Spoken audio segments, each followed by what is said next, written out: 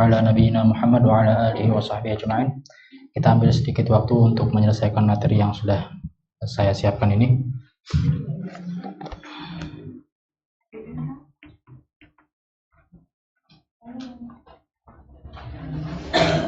Terakhir pembahasan kita tadi hingga sholat witir. Dan perlu saya ingatkan bahwa sholat witir ini adalah sholat yang amat sangat ditekankan di dalam Ramadan maupun di luar Ramadan.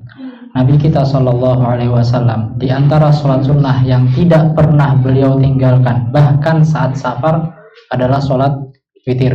Jadi kalau memang kita sulit untuk bangun, misalkan kita sulit untuk bangun tahajud ya di akhir malam, biasanya kita bangun itu udah terlanjur adzan, maka jangan kita tidur sebelum kita sholat witir. Intinya biasakanlah witir, meskipun cuma 1 rakaat. Ya. Kemudian selanjutnya kita akan bahas koreksi tentang tilawah, karena nanti di dalam bulan Ramadan kita akan banyak membaca Al-Quran. Dalam masalah tilawah, pertama yang perlu diperhatikan adalah jangan menyentuh mushaf kecuali dalam keadaan berwudu. Jangan menyentuh mushaf kecuali dalam keadaan berwudu. Dan ini pendapat 4 mazhab: Hanafiyah, Malikiyah, Syafi'iyah, Hanabilah. Berdasarkan firman Allah Subhanahu wa taala, "Innahu laqur'anun karim fi kitabim maknun la yamassuhu illal mutahharun." Allah Subhanahu wa taala berfirman di surat Al-Waqiah, "Innahu laqur'anun karim." Sesungguhnya dia adalah Al-Qur'an yang amat mulia.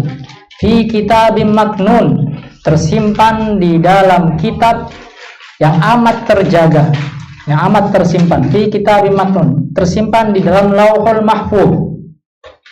Al-Quran ini tersimpan di dalam Lauhul Mahfuz, kitab yang sangat agung, sangat terjaga. La yamassuhu illal mutahharun, yang tidak disentuh kecuali oleh yang selalu suci. Nah, di sini para ulama tafsir berselisih pendapat. Siapa al-mutahharun di sini? Yang senantiasa suci ini siapa? Ada yang mengatakan ini maksud dari ayat ini adalah malaikat. Jadi para malaikat yang menyentuh, yang membawa Lauhul Mahfuz, yang menyentuh Lauhul Mahfuz itu pasti suci. Nah, sebagian ulama belakangan berpendapat bahwasanya menyentuh mushaf itu tidak harus bersuci, karena mereka mengatakan di ayat ini yang dimaksudkan adalah malaikat, bukan manusia.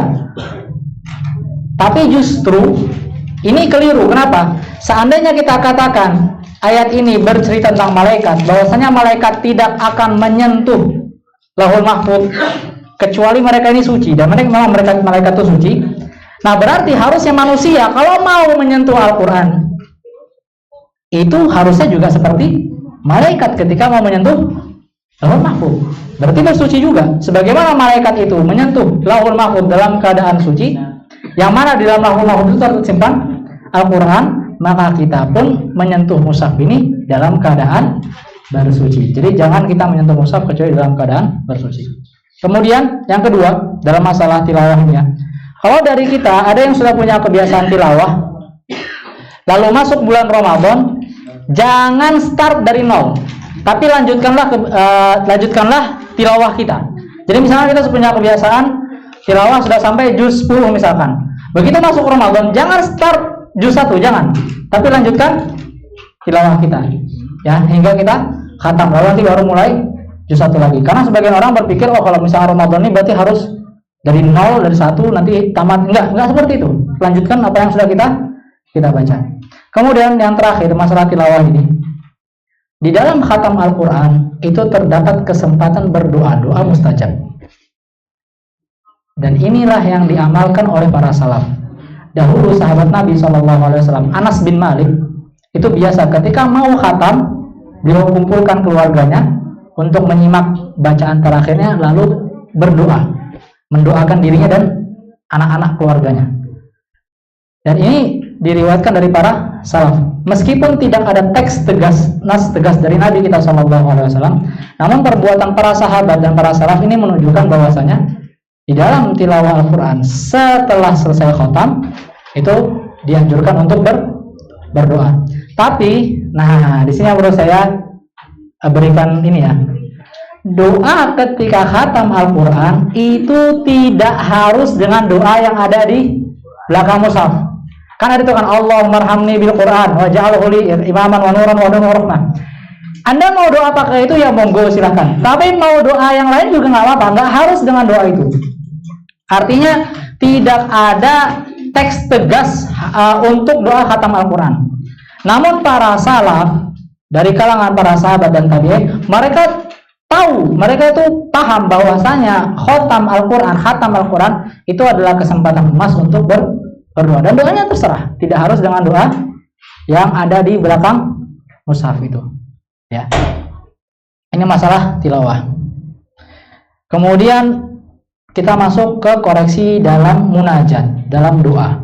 Karena ketika kita di bulan Ramadan kita akan banyak berdoa. Kita sudah sampaikan keutamaan berdoa di dalam puasa, ya, bahwasanya itu termasuk doa yang tidak akan ditolak. Koreksi pertama dalam doa. Doa ini adalah ibadah lisan. Tidak dianggap berdoa orang yang doanya dalam hati, tidak menggerakkan lisan. Jadi kalau Anda doa hanya angkat tangan, kemudian diam, dibayangkan dalam hati, ini tidak disebut berdoa, karena doa itu amalan lisan. Seandainya ini terjadi dalam sholat, ada orang sholat bacanya cuma di hati doang, tidak sah sholatnya.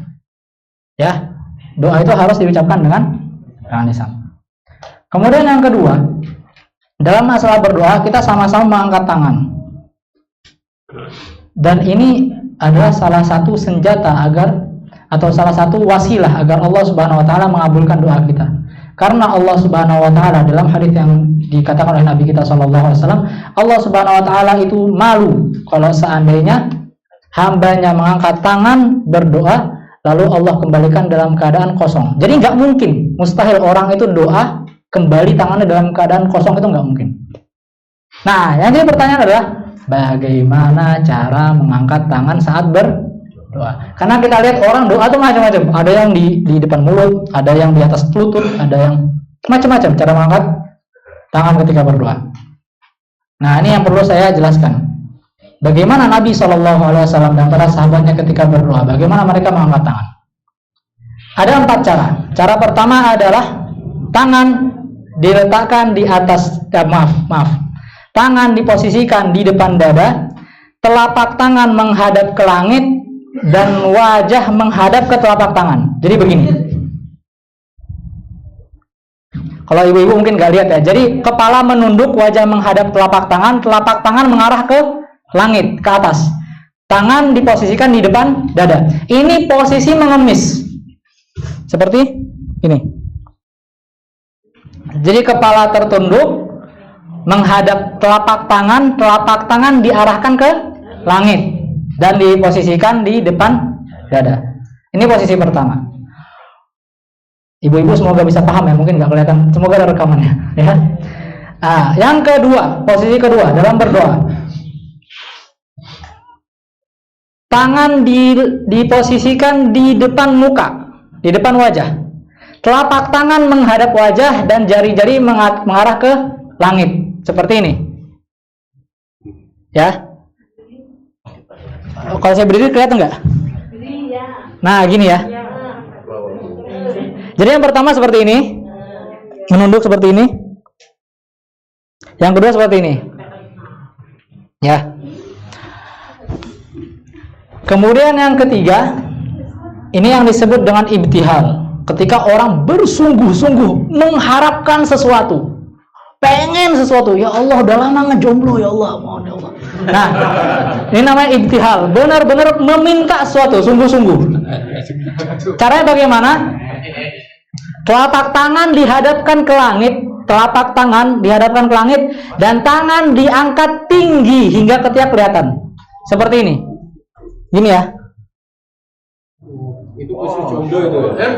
Nah, nggak harus tentang jomblo, apapun doanya. Ini bahkan ya, kalau kita memperhatikan di bulan Ramadan, bulan di mana pembebasan dari neraka dan pintu-pintu surga dibuka. Ketika Anda minta surga, seperti itu tangannya. Ketika Anda minta surga, seperti itu tangannya, minta sungguh-sungguh. Ya Allah, amal saya sedikit, ya Allah, tolong ya Allah, rahmati saya, kasihani saya ya Allah, masukkan saya ke dalam surga. Angkat tangannya tinggi-tinggi. Nah, yang terakhir, yang keempat, ini adalah ketika ibtihal, ketika sungguh-sungguh berdoa, meminta perlindungan dari sesuatu yang sangat kita takutkan. Itu posisinya punggung tangan menghadap langit, diangkat tinggi-tinggi seperti ini. Ini doanya Nabi SAW ketika perang Badar. Mungkin pernah dengar ya ceritanya kan? Ketika Nabi SAW perang Badar dan itu menghadapi tentara 3 kali lipat lebih besarnya, Nabi SAW angkat tangannya tinggi-tinggi sampai ini selendangnya ini jatuh. Nabi SAW benar-benar minta tolong, ya Allah selamatkanlah kami. Dan ini menunjukkan kesungguhan dalam berdoa. Jadi ketika kita bulan Ramadan ya, meminta ya Allah selamatkan saya dari neraka, minta tinggi-tinggi, angkat tangannya, minta perlindungan dari neraka. Nah, kemudian yang terakhir, ini bukan mengangkat tangan, tapi ini termasuk juga sunnah dalam berdoa, yaitu dengan jari telunjuk.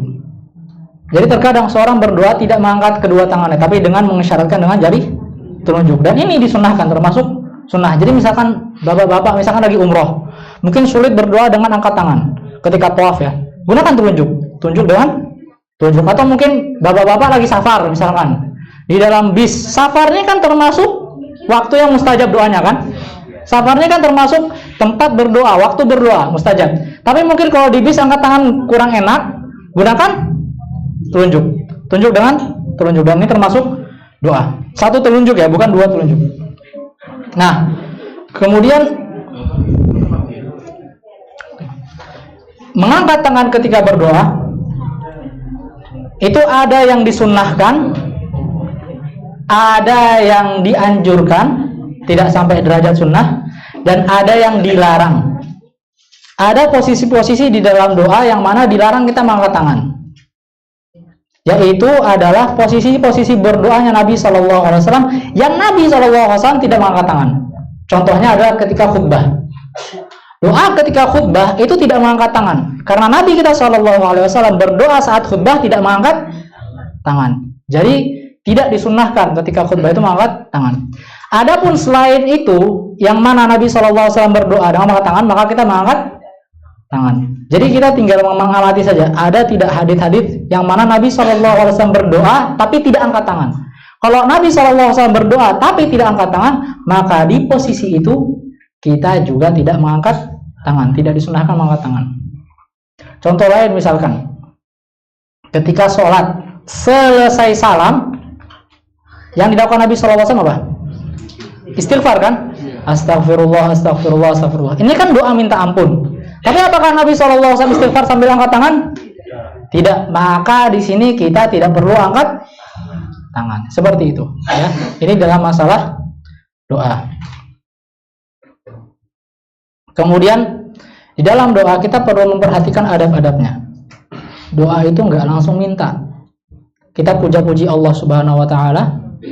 Kemudian kita bersolawat kepada Nabi kita Sallallahu Alaihi Wasallam.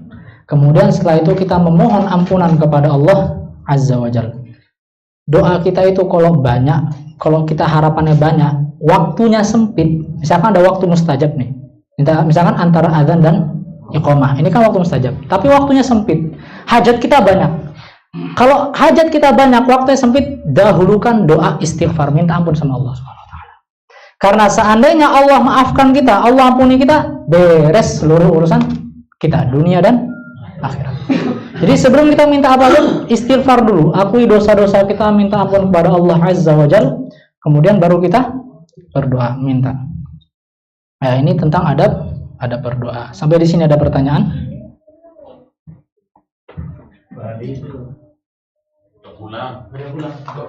Ketika sujud, doa ketika sujud, ini juga penting ya. Doa ketika sujud itu tuh adalah posisi yang sangat-sangat dekat dengan Allah Azza wa Jalla, dan itu sangat-sangat dianjurkan. Tapi yang jadi masalah adalah para ulama mengatakan bahwasanya dalam sholat itu tidak boleh dengan selain bahasa Arab. Guru saya Syekh Sulaiman Ar-Ruhaili, beliau mengatakan bagi orang yang tidak bisa bahasa Arab tapi dia mau berdoa dalam sujudnya, maka dia translate, dia cari ustadz atau orang yang paham bahasa Arab. Ustadz, saya mau doa ini dituliskan pakai bahasa Arab, dia hafalkan sampai segitunya effortnya, usahanya untuk doa dalam sujud. Kalau memang nggak mampu juga, nggak bisa juga, maka tidak masalah berdoa dengan bahasa selain bahasa Arab, tapi di sholat sunnah, bukan di sholat wajib. Jadi usahakan dulu sebisa mungkin dengan bahasa Arab. Kita cari doa-doa yang ma'thur dari Nabi kita Shallallahu Alaihi Wasallam, dan doa-doa yang sudah ada di Al-Quran, sudah ada di hadis, itu doa-doa yang sudah sempurna. Doa-doa yang sudah sempurna. Semua hajat kita terwakili dalam doa-doa dalam Al-Quran dan hadis. Jadi kalau kita mencukupkan dengan apa yang ada di Al-Quran, di hadis, kita hafalkan, itu jauh lebih baik daripada kita mengarang-arang doa kita sendiri. Meskipun boleh, tapi lebih baik kita menggunakan doa dari Al-Quran dan As-Sunnah. Maknanya dahsyat. Kalau kita pelajari, maknanya dahsyat. Jadi kita usahakan dulu dengan bahasa Arab. Kalau memang kita nggak mampu tuliskan, kita nggak mampu meminta diterjemahkan, kemudian kita hafal. Kalau nggak mampu, barulah kita berdoa dengan bahasa Indonesia. Tapi dengan catatan dilakukan dalam sholat sunnah. Ada lagi pertanyaan? Mengenai doa kunut dan juga doa dalam keseharian, doa sehari-hari, itu apa mengangkat tangan? Doa dalam kunut itu mengangkat tangan. Dan doa sehari-hari kita, misalkan kita mau doa ketika waktu apapun lah itu, lagi salat sunnah, habis salat sunnah mau doa ataupun itu mengangkat tangan. Jadi saya kasih kaidah. Hukum asal doa adalah dengan mengangkat tangan. Ini hukum asal. Anda mau doa, angkat tangan. Kecuali kalau Anda menemukan dalil bahwasanya Nabi SAW doa di suatu keadaan dan tidak mengangkat tangan, maka ketika Anda dapati keadaan tersebut, jangan angkat tangan. Tapi kalau Anda tidak menemukan dalil khusus seperti itu, maka hukum asalnya berdoa adalah dengan mengangkat tangan. Bisa seperti ini, bisa dengan jari telunjuk dan semacamnya. Seperti yang tadi sudah kita jelaskan. Ustaz, mungkin yang dimaksud doa mau makan, doa. Oh, maaf. Nah, ini penting. Doa sebelum makan, doa setelah makan, doa mau tidur. Ini di bahasa Indonesia kan kita diajarin ini doa ya. Tapi di bahasa Arab ini namanya zikir. Dan yang seperti ini tidak ada angkat tangan. Tidak ada angkat tangan. Jadi Anda mau masuk kamar mandi, gak usah angkat tangan dulu, enggak. Langsung a'udzubillah, gimana doanya? Allahumma inni a'udzubika minal khubuthi wal khaba'ith. Saya hafal loh, jangan tadi ini aja belibet. Ya, grogi. Ada lagi pertanyaan? Bapak? Kalau kita sholat orang biasa kunut dan kita tidak mengamini, bagaimana itu? Nah, kalau ini masalah kunut witir ya, atau kunut subuh? Sholat subuh. Ini berat. Kalau kunut subuh ini saya agak bingung jawabnya. Kita semua mungkin sama-sama paham ya bahwasanya kunut subuh ini sebenarnya tidak disyariatkan. Artinya bagi yang menjadi imam ya dia tidak perlu kunut subuh. Namun yang jadi persoalan adalah ketika kita menjadi makmum di belakang imam yang kunut. Nah, di sini ada perselisihan di antara para ulama. Ulama Hanafiyah yang tegas mengatakan kunut subuh itu bid'ah, ya mereka di sini konsekuensi dari pendapat mereka adalah kita nggak ikut angkat tangan. Namun ulama Hanabilah ya termasuk diantaranya imam madhab ya Imam Ahmad bin Hanbal rahimahullah, beliau menjelaskan bahwasanya kunut subuh ini tidak disyariatkan. Tapi kalau kita sholat di belakang imam yang kunut, maka karena kita makmum maka kita ikut sama imam. Nah di sini ada khilaf di antara para ulama ya, termasuk mungkin kalau di antara asatidah kita belakangan antara Ustaz Yazid dengan sebagian ustadz itu juga seperti itu. Ada yang mengatakan kalau imam kunut kita nggak usah ikut kunut karena memang aslinya bid'ah. Ada yang mengatakan karena kita ini jadi makmum maka ikut kunut. Saya pribadi dalam masalah ini belum bisa mentarjih. Saya belum bisa memberi jawaban. Kalau kita nggak mengamini juga nggak apa-apa sebenarnya. Ya, sebenarnya nggak masalah. Sholat Anda tetap sah. Sholat Anda tetap sah. Itu satu. Yang kedua, imam kan Anda mengenai duduk dua sujud. Ya. Ada yang kakinya ditupang, ada yang kakinya dilipat. Itu gimana, Tad? Duduk di antara dua sujud, di antara dua sujud. Jadi kan ada yang gini dia. Oh, ini bukan di antara dua sujud, Pak. Ini duduk ketika tasyahud, bukan di antara dua sujud. Tasyahud akhir. Kalau dia 2 rakaat atau 4 rakaat. Ada imam yang duduknya begini, ada yang Nah, ya ada yang dikeluarkan kakinya, ada yang kakinya diduduki. Ini adalah permasalahan ketika sholatnya itu hanya punya satu tasyahud. Sholatnya hanya punya satu tasyahud, seperti sholat witir, sholat subuh. Nah, apakah duduknya itu tuh diduduki kakinya atau dikeluarkan kakinya? Ini perselisihan pendapat di antara para ulama, dan ini termasuk perselisihan yang mu'tabar, yang kita harus toleransi. Dan ketika Anda menganut satu pendapat, lalu imam Anda berbeda dengan Anda nggak harus ngikutin beliau. Kenapa? Karena ini bukan termasuk pergerakan yang wajib mutaba'ah. Jadi ada perbedaan pergerakan itu nggak masalah.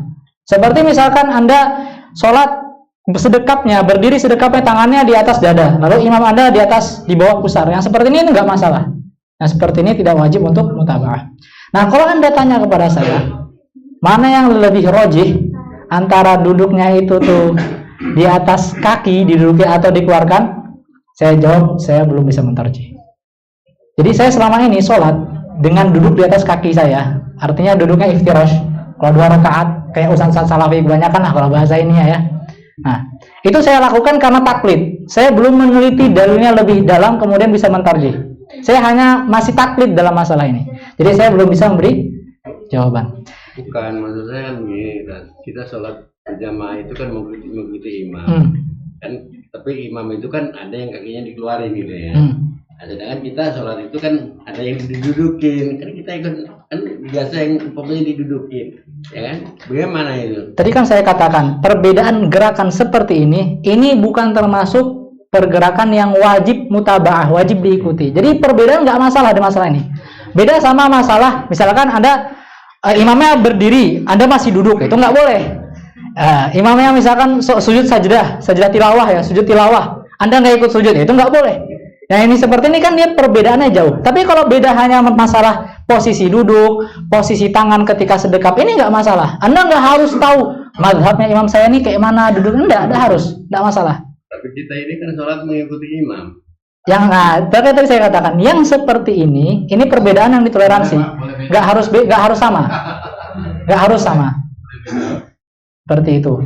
Nah, kalau mana suka gitu aja. Ya itu bunyinya. Nah, cuman saya minta maaf ya. Jadi dari jamaah kita. Jadi kalau dia mau duduk, dia lihat imam. Sedangkan dalam sholat kan masih kita nggak boleh melihat. Oh, ini takalluf nih, namanya menyulitkan diri. Nah, seperti ini namanya menyulitkan diri. Nggak perlu dilihat-lihat seperti itu. Nah, ini saya mau memberikan ini ya sedikit tambahannya. Ini penting, kita tahu mana yang namanya tarjih, mana yang namanya taklid. Ketika seseorang itu tuh sudah belajar nahwu, belajar usul fikih, belajar kaedah-kaedah fikih, dia paham bahasa Arab, dia ketika mendapati perselisihan pendapat ulama, maka dia berusaha mencari mana yang lebih kuat pendapatnya. Dia nggak bisa lagi fanatik buta atau asal-asal milih. Tapi untuk orang awam yang dia nggak punya alat ini, maka dia bertanya kepada ahli ilmu yang dia percayai ketakwaannya, rasa takutnya kepada Allah, lalu dia ikuti. Nah, sekarang alhamdulillah saya belajar nahwu, alhamdulillah saya belajar usul fikih, belajar kaidah fikih. Saya bisa memilih pendapat di beberapa persoalan. Tapi ada persoalan saya nggak bisa pilih pendapat, karena memang saya belum tahu. Maka di sini kadang saya ketika ditanya, saya memilih pendapat yang kuat seperti ini. Kalau Anda yakin dengan saya, Anda mau ikut saya, monggo. Tapi kalau Anda dapati ada ustadz lain, Anda yakin lebih berilmu dan bertakwa daripada saya, mau Anda ikuti dia, ya silahkan, saya nggak maksa. Nah, seandainya saya nemu perselisihan pendapat dan saya nggak bisa mentarjih, maka saya akan katakan saya nggak tahu.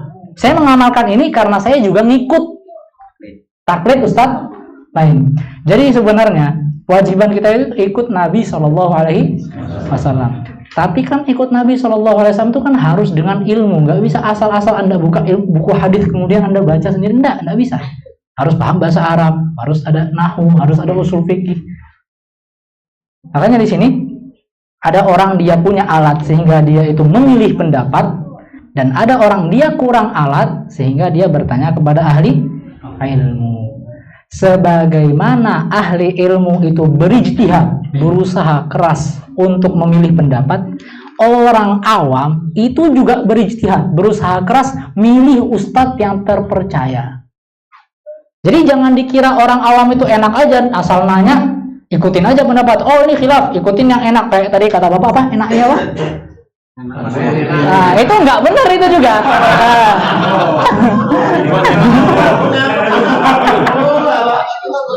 Jawaban orang awam itu mana suka.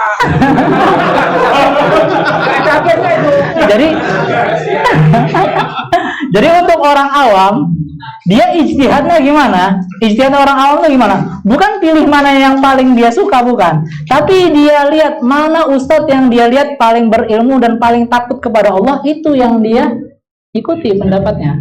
Kalau emang dia nggak bisa mentarjih, ya. Jadi bukan mana yang paling enak aja dipilih ya.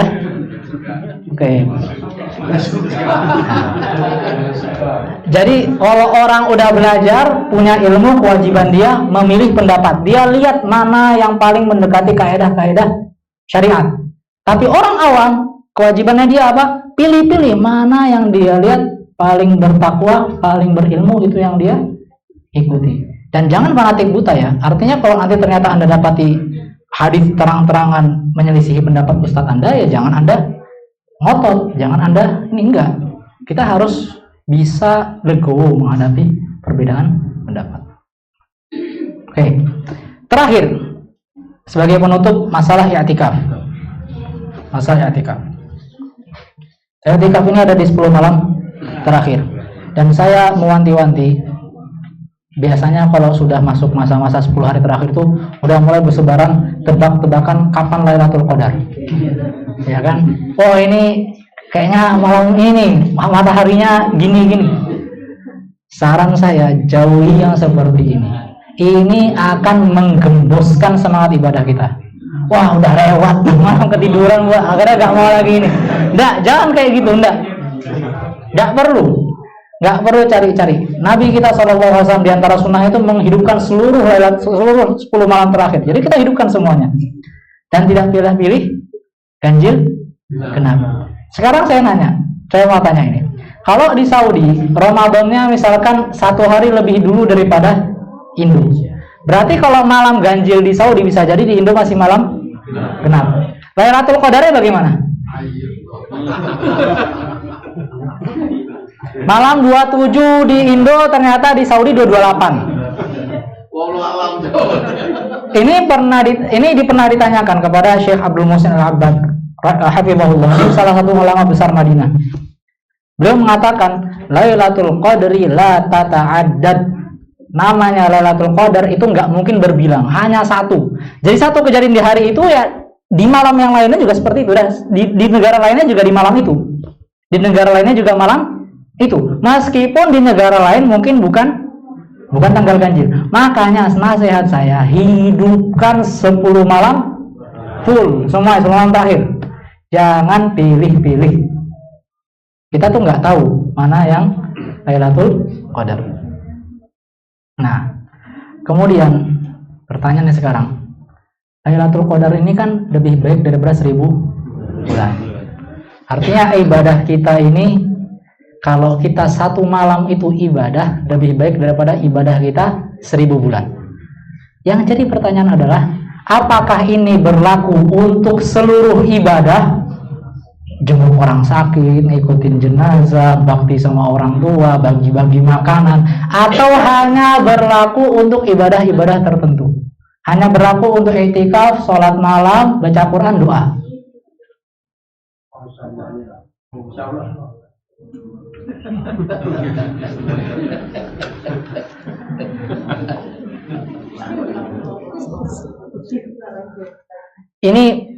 jujur saya udah 3 tahun mungkin mempelajari masalah ini. Apakah Lailatul Qadar ini fadilahnya berlaku hanya untuk amalan-amalan yang dilakukan sama Nabi SAW saat iktikaf, atau berlaku untuk seluruh amalan? Jadi ibaratnya kalau misalkan ya ibu-ibu udah masuk 10 malam terakhir, masakannya makin banyak, makin enak gitu kan, karena nih nanti ibadah buat suaminya. Apakah termasuk? Atau hanya berlaku untuk ibadah-ibadah seperti sholat, baca Quran, doa, dan i'tikaf?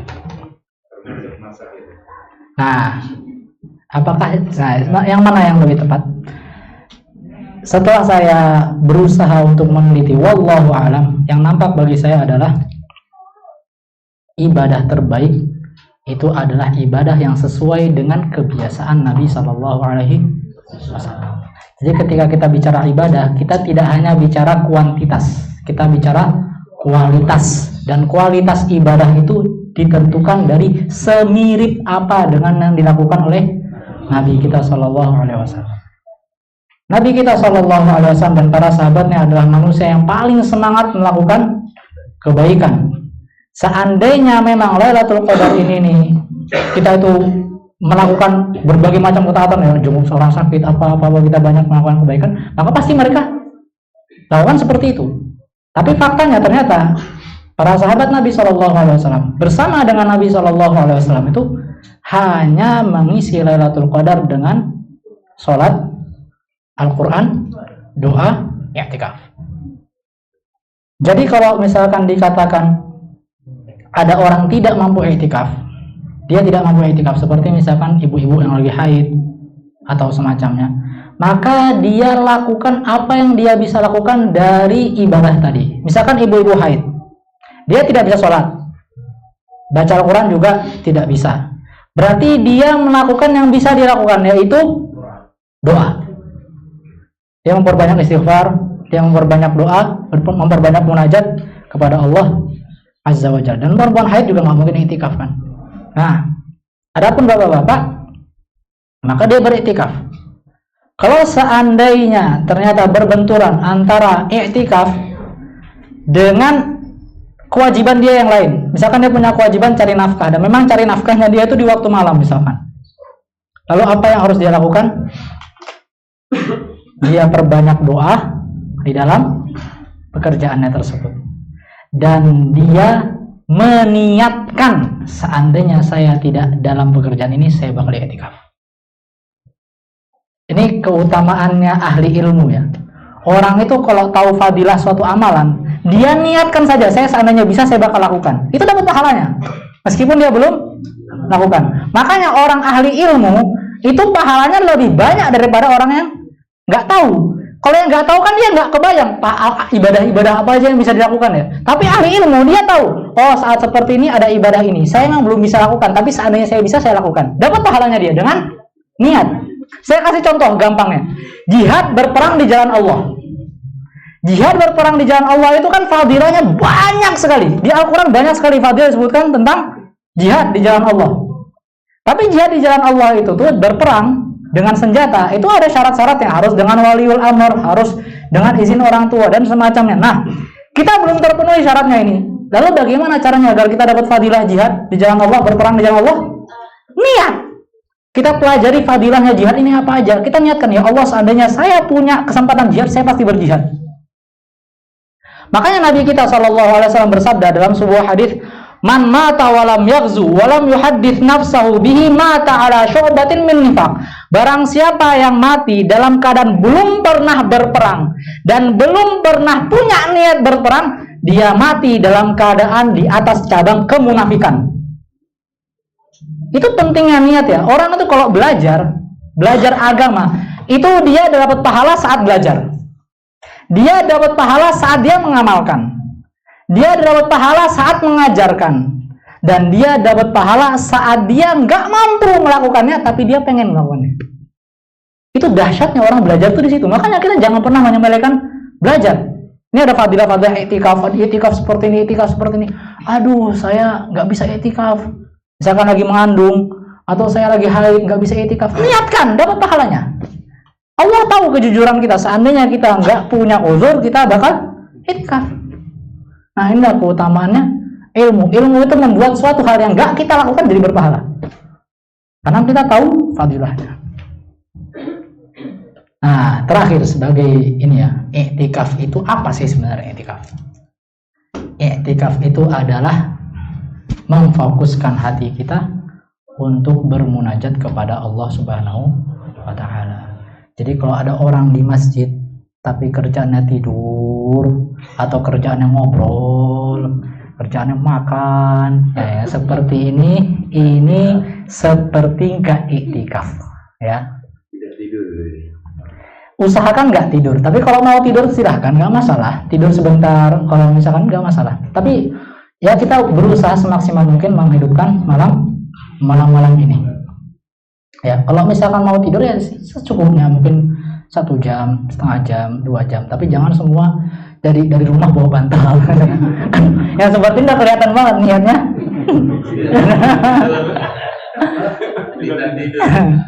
Ya, atau saya wanti-wanti di sini ya, musibah.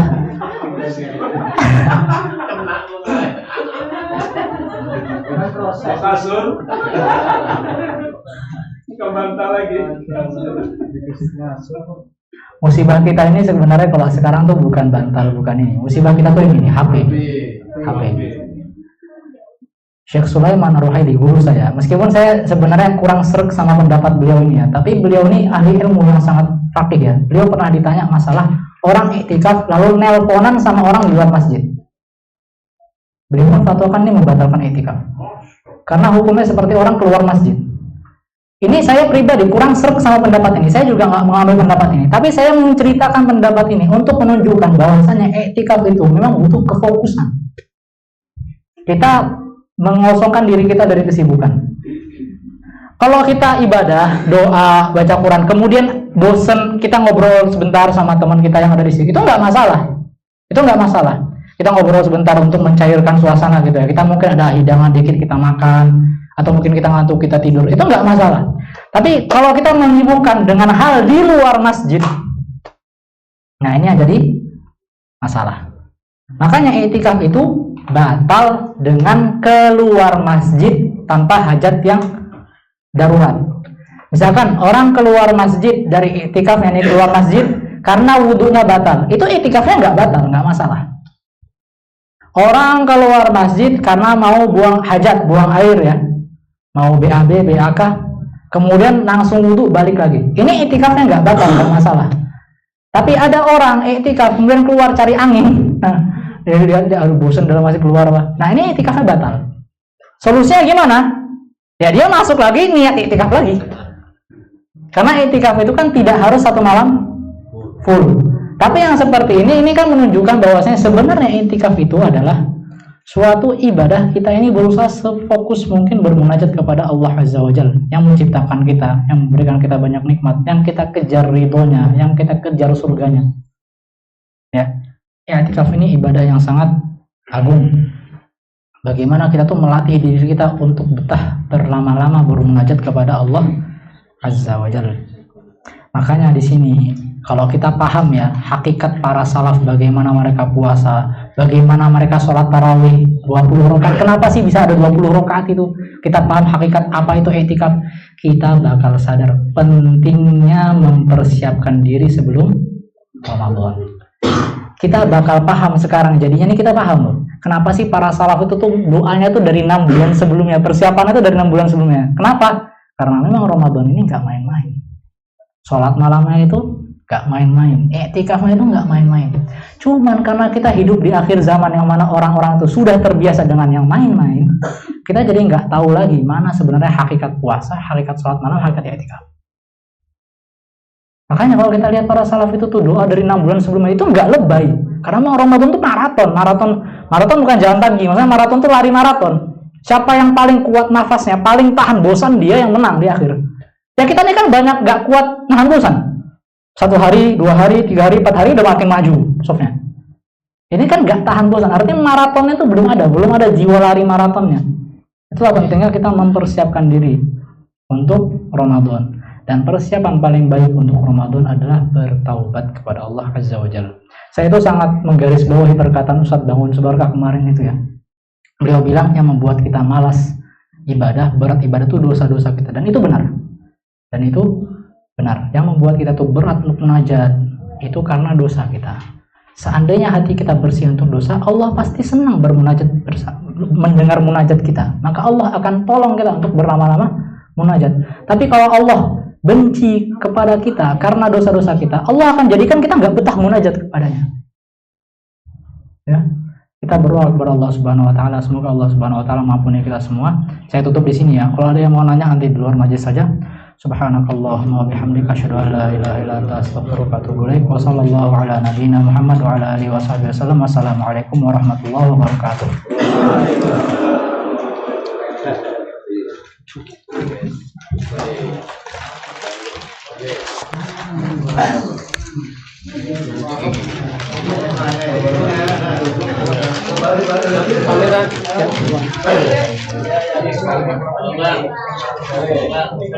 Makanya tadi kita buat batal itu terjawab. Aku tidak buat batal.